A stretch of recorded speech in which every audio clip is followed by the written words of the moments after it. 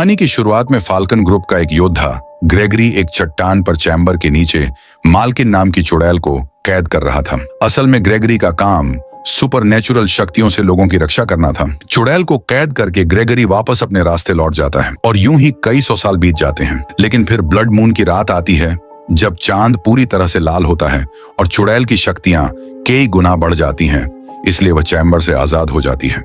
इसके बाद हमें एक छोटा सा गांव दिखाया जाता है जहां बैल बजाने का मतलब था कि किसी को मदद की सख्त जरूरत होती है। यहीं हम एक बूढ़े आदमी को देखते हैं जो कोई और नहीं बल्कि ग्रेगरी ही था। ग्रेगरी का एक असिस्टेंट जिसका नाम विलियम था और वह ग्रेगरी को अपने साथ ले जाने आया था क्योंकि गांव में किसी को उसकी सख्त जरूरत थी। इतने में यहाँ उस राज्य के सैनिक भी पहुंच जाते हैं जो ग्रेगरी को बूढ़ा समझकर उसका मजाक उड़ाने लगते हैं। लेकिन ग्रेगरी भी इनकी जमकर धुलाई करता है और फिर जाने के लिए मान जाता है। जाने से पहले वह अपनी ब्लैक मैजिक की सामग्री लेता है और फिर एक पुराने चर्च में पहुंचता है जहां हम एक छोटी सी बच्ची को देखते हैं।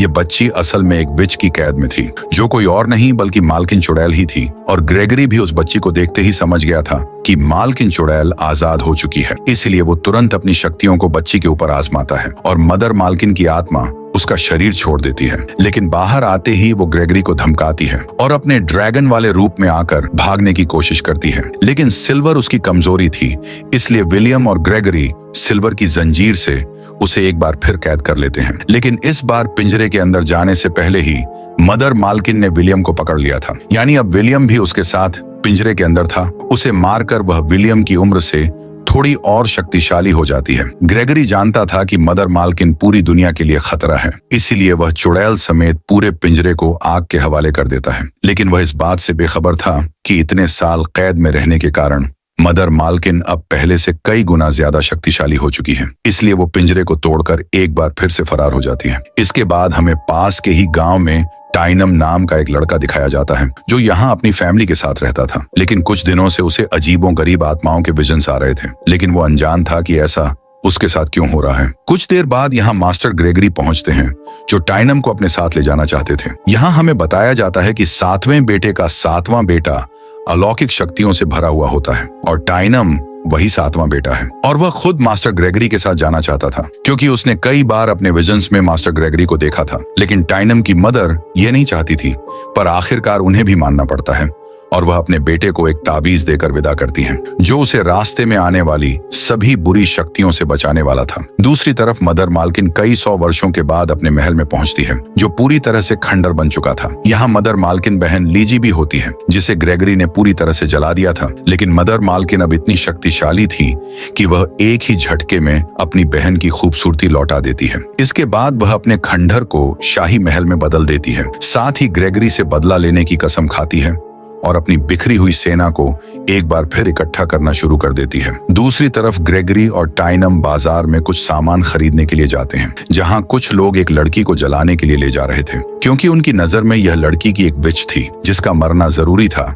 लेकिन टाइनम इन लोगों को यह कहकर रोक लेता है कि वह मास्टर ग्रेगरी का असिस्टेंट है और इस लड़की से सबको छुटकारा दिला सकता है। टाइनम की बात मानकर गांव वाले भी उसे छोड़ देते हैं और टाइनम उसके बारे में जानने की कोशिश करता है। दरअसल टाइनम ने अपनी विजन्स में कई बार इस लड़की को भी देखा था और वह जानना चाहता था कि आखिर यह कौन है। लेकिन वह अपने बारे में टाइनम को कुछ नहीं बताती और जाते जाते ग्रेगरी को भी इस मुलाकात के बारे में कुछ न कहने को कहती है। अब हमें इस लड़की का घर दिखाया जाता है जो असल में मदर मालकिन का वही शाही महल था जिसे उसने अपनी शक्तियों से खूबसूरत बनाया था। यहाँ हमें इस लड़की का नाम एलिस बताया जाता है जो आधी विच और आधी इंसान थी और इसी बात का फायदा उठाकर लिजी ने उसे टाइनम और ग्रेगरी पर नजर रखने के लिए भेजा था। एलिस को देखकर मदर मालकिन भी बहुत खुश होती है और उसे यूं ही टाइनम और ग्रेगरी पर नजर बनाए रखने को कहती है। दूसरी तरफ टाइनम और ग्रेगरी एक सुनसान जंगल से कहीं जा रहे थे, लेकिन जंगल का छलावा टाइनम को बार बार डिस्ट्रैक्ट कर रहा था। यही इनकी मुलाकात एक दानव से होती है जिसे देखकर टाइनम घबरा जाता है। लेकिन ग्रेगरी उसे कहता है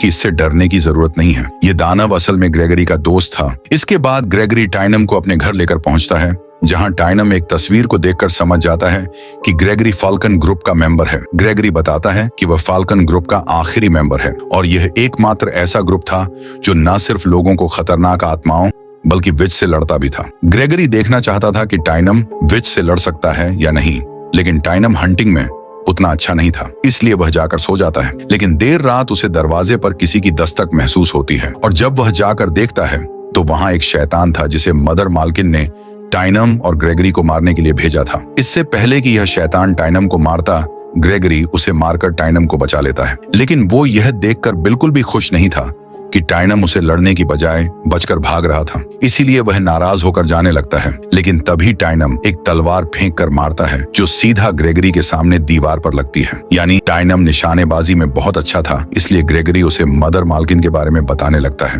कि वो चुड़ैलों की रानी है और बहुत शक्तिशाली है। वो कई 100 सालों तक कैद रही, लेकिन अब वह आजाद हो चुकी है और इस दुनिया में तबाही मचाने के लिए अपनी सेना तैयार कर रही है, जिसमें कई शक्तिशाली शैतान भी शामिल हैं जिनका हमें मुकाबला करना है। रात को जब सो रहे थे तब एक बार फिर टाइनम को किसी की आहट महसूस होती है, लेकिन इस बार कोई शैतान नहीं बल्कि एलिस थी जो टाइनम से ग्रेगरी और उसके सीक्रेट प्लान्स उगलवाने आई थी। टाइनम इन सब से अनजान था, इसलिए वो एलिस के सामने सब कुछ बता देता है कि कल ग्रेगरी और टाइनम मदर मालकिन के महल पर हमला करने वाले हैं। एलिस जो कहीं ना कहीं टाइनम से अट्रैक्ट हो रही थी, उसे इस सब से दूर रहने के लिए कहती है, लेकिन टाइनम ग्रेगरी के साथ अगले ही दिन मालकिन के महल के लिए रवाना हो जाता है। पर बीच रास्ते में कुछ सैनिक इनका रास्ता रोककर इन्हें कहते हैं कि राजा को ग्रेगरी की मदद की जरूरत है, क्योंकि उन्होंने एक बड़े मॉन्स्टर को पकड़ा था जिसे फिलहाल एक पिंजरे में बंद करके रखा गया है। ग्रेगरी भी राजा के पास जाने के लिए मान जाता है और वहां पहुंचते ही उसे एक बड़े से पिंजरे में मॉन्स्टर दिखता है जो बिल्कुल भालू के जैसा था और अब तक कई सैनिकों को मार चुका था। ग्रेगरी यहाँ पहुंचते ही चांदी की राख इस मॉन्स्टर के ऊपर डालता है, जिससे वह अपने असली रूप में आ जाता है। इस मॉन्स्टर का नाम योर्क था और राजा ने उसे मारने के आदेश दिए थे, इसीलिए ग्रेगरी और टाइनम मिलकर उसे एक पिंजरे में कैद करते हैं और उसे मारने के लिए ग्रेगरी टाइनम के हाथों में मशाल थमाता है ताकि वह योर्क को मार सके। लेकिन टाइनम बहुत ही रहमदिल इंसान था जिसने आज तक किसी की जान नहीं ली थी, इसलिए वह योर्क को नहीं मार पाता और यह काम भी ग्रेगरी को ही पूरा करना पड़ता है। फिर ग्रेगरी टाइनम को खूब खरी खोटी सुनाता है कि अगर तुम योर्क को नहीं मार पाए तो उस चुड़ैल मालकिन को कैसे मार पाओगे। ग्रेगरी उसे अपने साथ ले जाने से भी इनकार करता है, क्योंकि उसकी नजर में टाइनम का अब उसके साथ कोई काम नहीं था, इसीलिए वह अकेला मदर मालकिन को मारने के लिए निकल जाता है। इधर टाइनम को अकेला देख एलिस यहाँ पहुंच जाती है और टाइनम की बातों से उसे पता चल चुका था कि उनके साथी योर्क को यह लोग मार चुके हैं। लेकिन एलिस टाइनम से प्यार करने लगी थी, इसलिए वह नहीं चाहती थी कि टाइनम को कोई नुकसान पहुंचे। वहीं टाइनम भी एलिस को पसंद करता है, इसलिए यह दोनों एक दूसरे के करीब आ जाते हैं और एक साथ रात गुजारते हैं। और नींद में होने के चलते टाइनम को एक बार फिर विजन आता है कि मदर मालकिन ने ग्रेगरी को मार दिया है। टाइनम समझ चुका था कि अगर उसने ग्रेगरी को अकेला छोड़ा तो वह मारा जाएगा और अगर मदर मालकिन की जीत हुई तो इस दुनिया का नामो निशान खत्म हो जाएगा। इसलिए वह एलिस को अकेला छोड़कर ग्रेगरी को ढूंढने के लिए निकल पड़ता है और कुछ दूर जाते ही उसे ग्रेगरी मिल जाता है जो टाइनम के ही इंतजार में था, क्योंकि ग्रेगरी जान चुका था कि टाइनम एक चुड़ैल के प्यार में पड़ चुका है। ग्रेगरी टाइनम को एक कहानी सुनाता है और कहता है कि उसे भी कभी एक चुड़ैल से प्यार हुआ था जो कोई और नहीं बल्कि मदर मालकिन थी।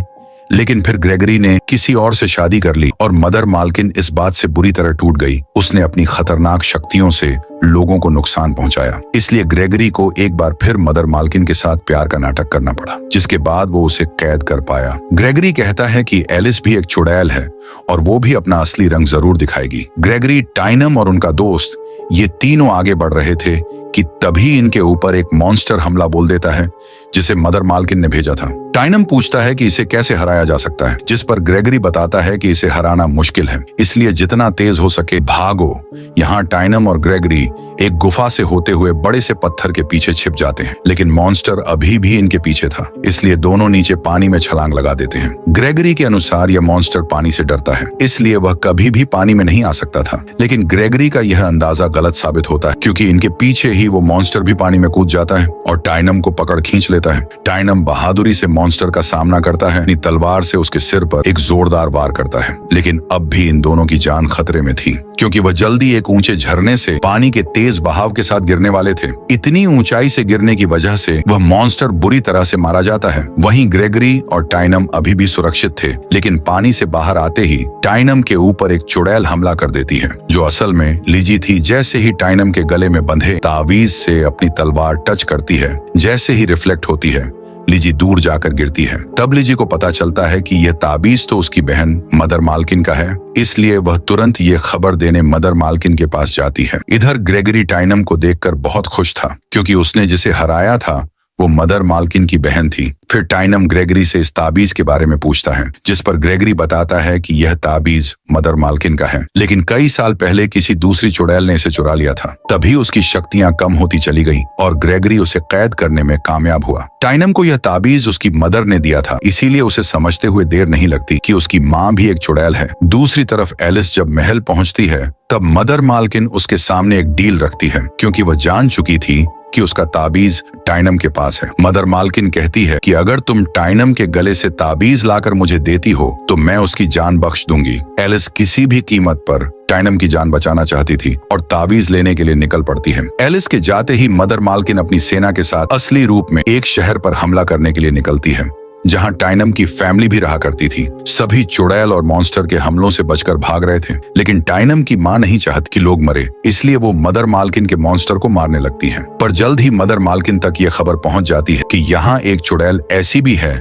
जो उसी की सेना के खिलाफ लड़ रही है, और मदर मालकिन भी झट से पता लगा लेती है कि यह वही चुड़ैल है जिसने सालों पहले उसका ताबीज चुराया था। टाइनम की मां को पहचानते ही मदर मालकिन उसे जलाकर राख कर देती है और तबाही मचाने लगती है। इधर ग्रेगरी और टाइनम अपनी मंजिल की तरफ आगे बढ़ ही रहे थे कि तभी उनकी नजर एलिस पर पड़ती है, जो एक खंबे से बंधी हुई थी। ग्रेगरी उसे नुकसान पहुंचाना चाहता था, लेकिन टाइनम उसे वहीं रोक देता है और एलिस को खोल देता है। असल में यह सब एलिस का नाटक था, ताकि वह टाइनम को अपनी बातों में उलझाकर उसका ताबीज ले सके। इसी बीच वह टाइनम को किस करती है और चुपके से उसका ताबीज लेकर चली जाती है। ग्रेगरी गुस्से में टाइनम की गर्दन पर तलवार रखते हुए उसे समझाता है कि वह लड़की उससे कोई प्यार नहीं करती, बल्कि वह तो यहाँ उसका ताबीज लेने आई थी। इसके बाद वह जंगल की तरफ भागता है, जहाँ ग्रेगरी भी उसके पीछे जाता है, लेकिन यहाँ मॉन्स्टर और बाकी चुड़ैलें पहले से इंतजार कर रही थी। तीनों जंगल में पहुंचते ही मदर मालकिन की सेना हमला बोल देती है। टाइनम और ग्रेगरी के साथी को खाई से नीचे फेंक देती है। साथ ही ग्रेगरी को मदर मालकिन के पास ले जाने के लिए पकड़ लिया।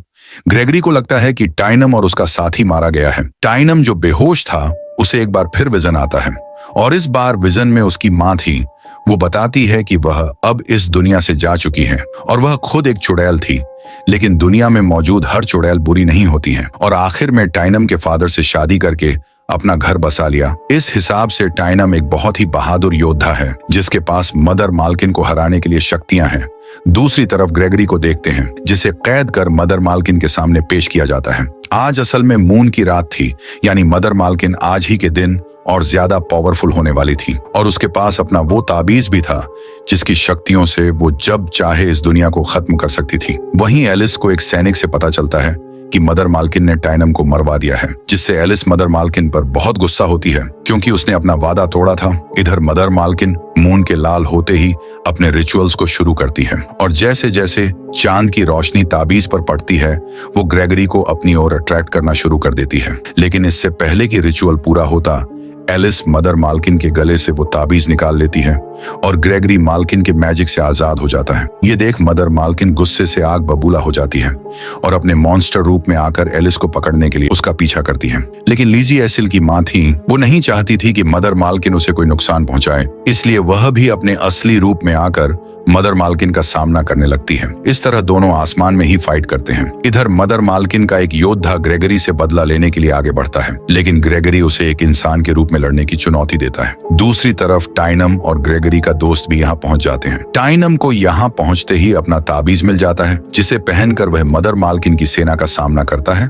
और दोनों मिलकर मदर मालकिन के सैनिकों को ढेर करने लगते हैं। वहीं ग्रेगरी और राडू के बीच भी लड़ाई चल रही थी और अब एलिस भी युद्ध में कूद चुकी थी। मदर मालकिन एलिस को मारने की कोशिश करती है, लेकिन लीजी उसे अपने साथ उलझा लेती है।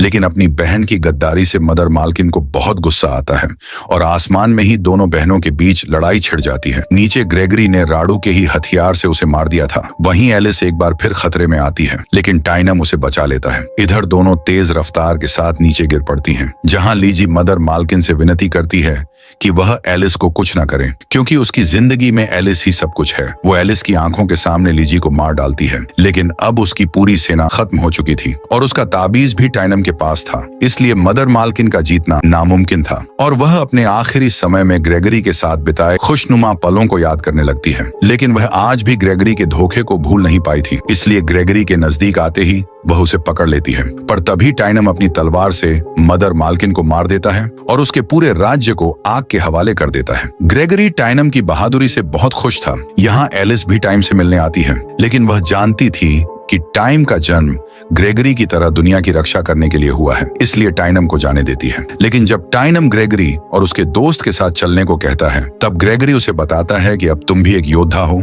और यही रहकर अपने राज्य और लोगों की रक्षा अकेले ही कर सकते हो। इस तरह ग्रेगरी अपने दोस्त के साथ निकल जाता है और टाइनम और एलिस एक हो जाते हैं और इसी के साथ ये मूवी यहीं खत्म हो जाती है।